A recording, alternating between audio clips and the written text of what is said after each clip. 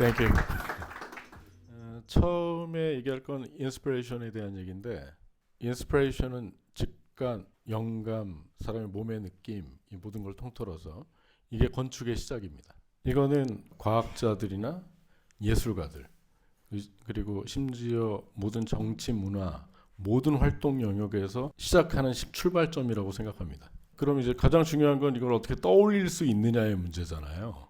근데 이건 특별한 훈련을 통해서 되는 것이기도 하고 타고난 재능을 통해서 되는 것이기도 한 것 같아요. 그러면 이제 그거를 머릿속에 들어있는 느낌을, 직관적으로 갖게 되는 느낌을 무엇을 통해서 표현하느냐에 대한 문제잖아요.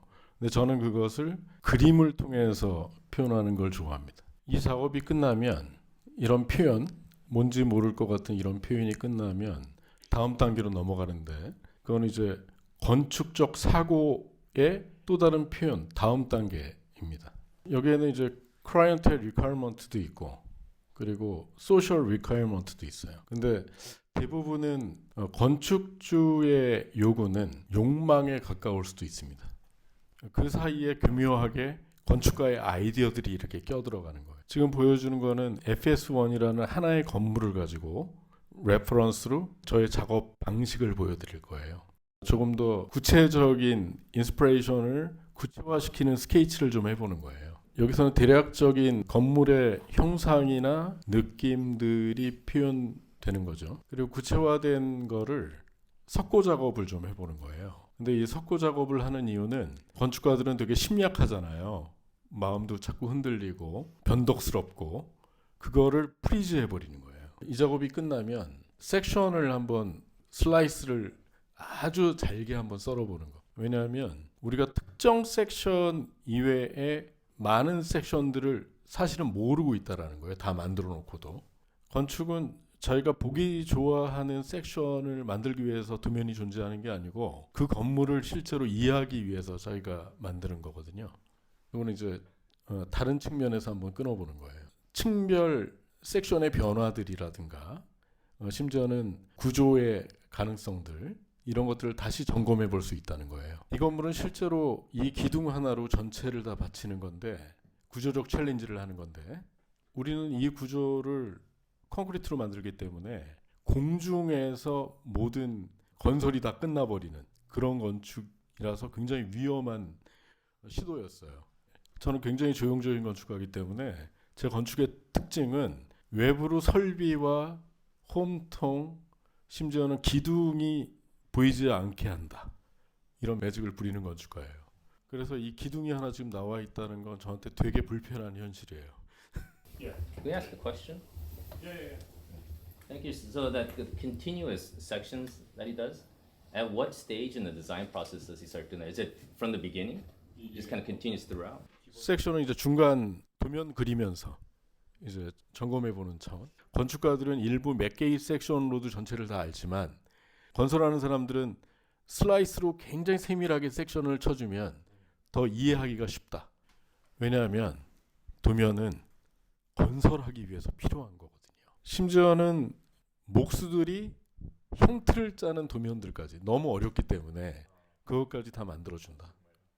많은 사람들이 왜 캔틸러버 구조와 구조적 챌린지를 하는지를 저한테 많이 물어요. 현대 기술력과 과거가 지금 현재가 잃어버린 조형성, 저는 현대 건축에서 좀 찾아보고 싶었거든요. 과거에는 우드라든가 아니면 펌보드라든가 모델 스터디를 했는데, 요즘은 3D 프린터를 통해서 지금 만들어낸. 근데 3D 프린팅의 문제는 부재의 크기를 왜곡시켜야 된다는 거예요.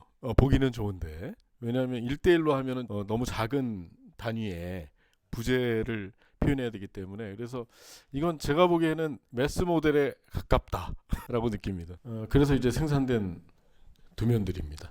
여러분들이 어느 정도까지 도면을 그리는지 잘 모르겠는데, 이건 이제 일부에 불과하고 굉장히 상세한 도면들, 세부 도면까지, 아까 얘기한 형틀 도면까지 건축가가 밀고 들어가서 마지막까지 피니쉬하는 거.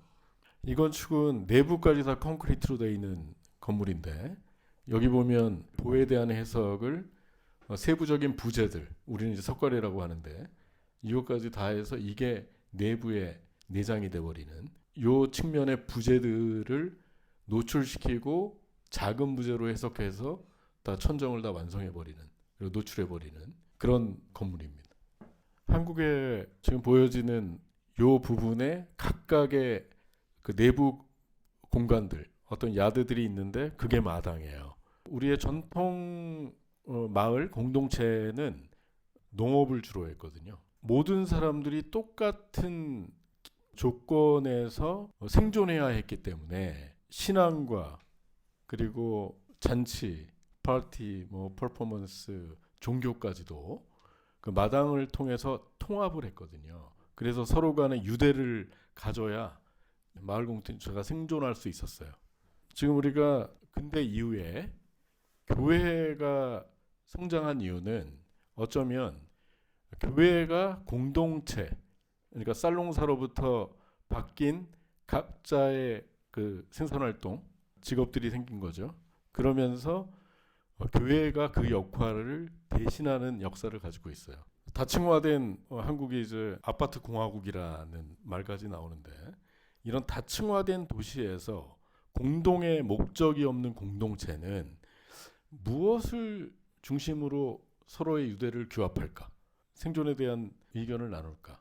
이거를 다층화된 도시에서 효과적인 그 마당 공동체, 왜냐하면 임대 건물 안에 들어가 있는 사람들이 서로 만나고 서로 얘기하고 서로 그 건물에 대해서 의견 교환할 수 있는 하나의 마당의 성격은 플랫한 게 아니고 전층을 관통하는 틸트된 마당이라고 생각을 했다. 그래서 이 공간 안에서는 어떤 공공성, 플리마켓과 같은, 그리고 커머셜이나 상업적 제의가 이루어진다. FS1이라는 이름은 하나의 계단 한 단 한 단이 플로어라는 뜻이에요. 우리는 흔히 플로어의 단위를 너무 크게 본다는 거예요. 하나의 계단은 플로어로서 굉장한 가능성들을 가지고 있어요. 위에 캔틸레버를 그늘을 만드는 정자목이라고 보고, 이건 지붕을 이용한 프로그램이에요. 지붕에 스탠드를 만들어서 만드는 거. 그래서 이 공간에 이게 도심 안에서 아까처럼 버짓의 문제 때문에 충분히 짓지 못하면 높이는 획득하고 작은 용량으로 전체를 만들 때 되게 유용한 방식입니다. 그래서 이거는 이제 어떻게 보면 하나의 땅을 두 배로 쓰는 방식. 우리가 건축을 조경가한테 이렇게 만들면 맡길 필요 없죠. 현대의 그 랜드스케이프의 가장 큰 방향은 땅에 대한 문제예요. 땅을 어떻게 우리가 더 가공하고 생산할 수 있느냐의 문제거든요. 이게 이제 전체 모습이고, 그래서 지금 여기 보이는 게 이 기둥 하나로 이 전체를 다 받치고 있는 거. 그리고 전체 바디는 이질 재료 없이 다 천정까지 콘크리트로 마감. 저는 도시 안에서의 임대 공간이 단순히 임대를 하기 위한 공간이 아니라 호텔의 하나의 부대 시설을 뺀 개념. 근데 그게 나누어진 한 블록에 각각이 그런 역할을 하면 한 블록 전체가 굉장히 큰 호텔의 부대 시설과 경쟁할 수 있다.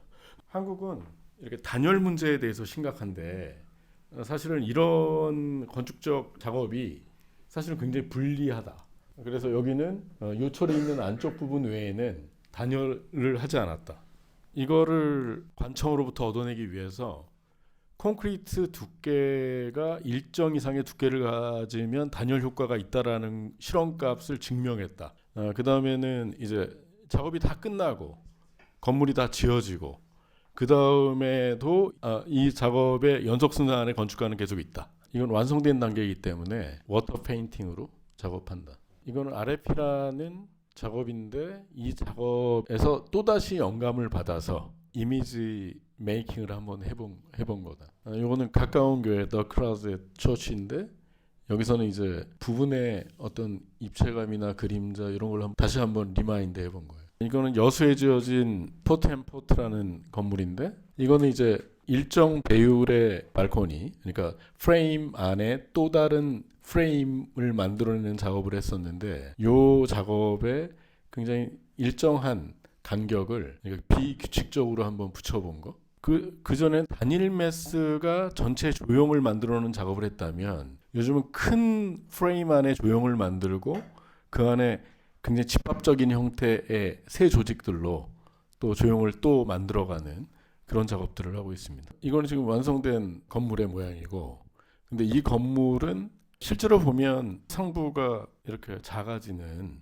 효과를 내는데 기둥을 엔터프라이저처럼 만드는 것처럼 이런 매스를 다음에는 좀 한번 시도해 봐야 되겠다라고 그린 겁니다. 전체가 하나의 기하학적인 뭐 달걀 형태를 갖게 된다든가 그 튀어나온 모양의 가이드라인이 뭐 이런 작업들을 계속하고 있습니다. 건축가가 그리는 수채화는 화가가 그리는 그림하고 다릅니다. 왜냐하면 우리가 창조한 것을 우리가 다시 재현하는 거니까. 화가는 세상에 있는 것들을 그리지만 우리는 앞으로 있을 것들을 그리는 사람들이잖아요. 만약에 내가 존재하지 않는 걸 존재하게 만들었다면 새로운 가능성들을 찾아내기 위해서 자기의 수명이 다할 때까지 계속 연구해야 합니다. 이거는 이제 구로평상이라는 서울에 있는 건물입니다. 이거는 주변의 도시와 풍경이 주변이 수려한 풍경을 가지고 있어서 유리로 만들고 일부 계단실 공간을 이렇게 프레임 안에 또 다른 프레임으로 가둬서 만들었는데 근데 만약에 건축가 스스로가 풍경을 창조해야 되는 만들어야 되는 환경에 접한다면 그럼 건축가는 어떻게 건축의 창을 플레이해야 될까? 그럴 때 하늘만을 풍경으로 공략하고 빛들을 제한적으로 끌어들이는 방식의 공간들을 이런 방식으로 만들어낼 수 있을 것 같습니다. 이거는 하나의 디자인적 엘러먼트를 가지고 다시 한번 넥스트 프로젝트를 고민해 본 그런 프로젝트입니다. 이런 작업의 목적은 아직까지 건축가에게는 다 지어져도 그 프로젝트는 끝난 게 아니다. 다음은 제가 주요하게 하고 있는 우리만 할 수 있는 거, 우리만이 잘하는 거 이런 것들을 좀 보여드리겠습니다. 이게 이제 현대까지 이어져 내려오는 평상. 여기 보면 특징은 신발을 벗죠. 그리고 수용량의 한계가 없죠. 여기서는 밥도 먹고 차도 마시고 바둑도 두고 여러 가지 일들이 일어납니다. 나는 이런 좌식 가구가 건축의 바디로 쓰이게 되면 굉장히 유용할 거라고 생각을 했어요. 이게 이제 바꾼 평상의 모습입니다. 여기 앉은 사람들이 눕기도 하고 한국 사람들이 이런 공간을 만나면 다 신발을 벗죠. 그래서 상부 공간이 굉장히 위생적으로 관리된다. 어차피 이 공간의 목적은 조망을 즐기면서 티를 마시는 거 이게 이제 목적이기 때문에 이거는 이제 옥상에 있는 평상인데 여기에는 이제 온돌, 전기 온돌로 만들고 상부에 마천석 깔았습니다. 이유는 한국은 오늘같이 굉장히 추운 계절이 1년에 한 4개월 정도 있습니다. 그러니까 그 기간에도 옥외 활동이 추운 날 눈 오는 장면을 볼 수 있는 것도 굉장히 큰 행복이니까 유지되도록. So any question? I was just wondering, I know in terms of like customer relations, obviously at the beginning you start with competitions and go from there and gain your repertoire, but I'm just wondering are you at a point now where people come looking to you for your style, or is it also where you try to also continue to apply to competitions, especially because you're like a public architect and all of that? 어렸을 때 컴피티션을 굉장히 많이 했어요. 되게 내가 소모되는 느낌이 되게 많았고 그 프로젝트의 오리지널리티가 보장을 못 받는 거예요. 만들어지지 않은 건물은 바로 카피가 되니까. 그리고 또 하나는 컴피티션은 대부분 공공발주인 경우가 많은데 공공발주는 클라이언트가 명확하지가 않아요. 디자인에 관여하고 싶어해요. 제가 용납하지 않는 거는 그림을 붙들고 같이 그리자고 하는 거예요. 건축가가 만약에 자기의 클라이언트를 가지고 있다면 컴피티션을 경한 것보다 자기가 하고 싶은 일을 계속 밀도 있게 끌고 나가는 것이 훨씬 더 장기적으로 보면 다져져 있는 그러니까 경험이 굉장히 생긴 건축가가 될 확률이 높아요. 독창적인 뭔가에 자기의 색깔을 유지하고 싶다면 남으로부터 훼손되는 것을 자기가 방어해야 돼요. 그것은 아이디어예요. 아이디어를 계속 생산해내세요. Question? What is your teaching philosophy when it comes to studios? 첫 번째는 몸으로 뛰는 거. 현장에서 인터뷰나 현장에 계속 나가 있으면서 계속 뭘 파악하는 거. 한 번은 홍대 학교의 계단 부분을 리노베이션하는 프로젝트가 있었어요. 한 학생당 100명 이상의 인터뷰 따오라 했어요. 그 요구를 다시 재정리해 보는 거예요. 왜냐하면 학생들은 클라이언트가 없잖아요. 그들이 다 클라이언트예요. 한 번은 유명한 사람들 집을 짓는 그런 프로젝트가 있었어요. 만나보고 오라 그랬어요. 만나 인터뷰 따와라. 두 번째는 작업을 밀도 있게 하는 거예요. 효율적이고. 표현하는 것보다는 만드는 거. 재료의 성질을 이해하기 위해서 흙을 계속 만져본다든가 뭐 목재를 다듬어 본다든가 뭐 하는 작업들. 왜냐하면 건축의 자재는 세상에 널려 있잖아요. 도시에. 한 번은 50대 1 모형을 석고로 다 만들어 보라고 했어요.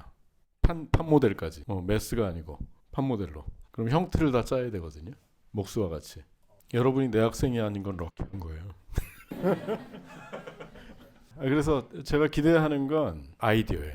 아이디어는 시작 단계에서 끝날 때까지 제가 물어보는 얘기예요. 그리고 그 아이디어는 그 학기에 끝나는 것이 아니라 죽을 때까지 풀어야 될 문제예요. 그 학생이. 만약 아이디어에 방향성이 생기면 하나만 정하면 돼요. 모든 걸 다 잘할 수는 없어요. 그걸 죽을 때까지 한번 해보세요. 건축이 수명이 다할 때까지. 죽기 전에만 자기가 인정받으면 돼요. Question? What does he think makes a project successful? 내가 오늘 방송을 했는데 그 질문 받았어요. 제가 어떻게 대답했을까요? I don't know. Maybe like how effective it is that like the architecture could like support like the people that use it. No. 자, 어떻게 대답했는지 얘기할게요. 제가 20년 일을 했는데 지금 20개 작품이 있어요. 남들의 인정을 받기 위해서 1000마디 말보다 하나의 작품이 유효할 때가 있어요. 저는 그렇게 많지 않아도 된다고 생각을 해요. 그리고 또 하나, 저한테는 딱 20명의 클라이언트가 있는 거잖아요. 제가 어느 걸 선택하는 순간 나머지 클라이언트들은 절망하겠죠. 우리가 만들어낸 설계를 클라이언트로부터 받으면 우린 작업을 하죠. 근데 그게 지어지면 건축가의 소유가 아니잖아요. 그래서 시집 보내는 장인의 마음이다. 다시 한번 말할게요. 많은 건물을 만들 필요 없어요. 좋은 아키텍트가 되기 위해서. 남에게 영향을 줄 수 있는 하나의 프로젝트면 돼요. Question? Okay. So I've seen your style like in all your pictures, but you talked about why you built that way. But what led you early on to develop that style? Like, how do you come with all the bright, sharp shapes and angles like that? 건축의 요소는 단순해요. 벽, 바닥, 천정밖에 없잖아요. 그걸 누가 어떻게 효과적으로 자기의 생각에 맞게 표현하느냐에 대한 문제거든요. 저는 플레인한 공간이 싫어요. 계속 특별한 공간을 만들려고 해요. 그러면 그걸 만들기 위해서 구조적 챌린지를 해야 돼요. 필요에 따라서. 그러거나 저절로 조용히 만들어져요. 플레인한 띵킹, 플레인한 설계에서는 아무것도 기대할 게 없어요. 그러면 창 나누기 해야 돼요. 제가 한 디자인은 창 디자인이 없어요. 슬라브 투 슬라브예요. 그러니까 막을 면 막고 트는 면은 다 트면 돼요. 공간이 특별하면 다 저절로 만들어져요. 처음부터 그랬던 것 같아요. Before that, I want you to have big sounds for Kwak Kisu principle.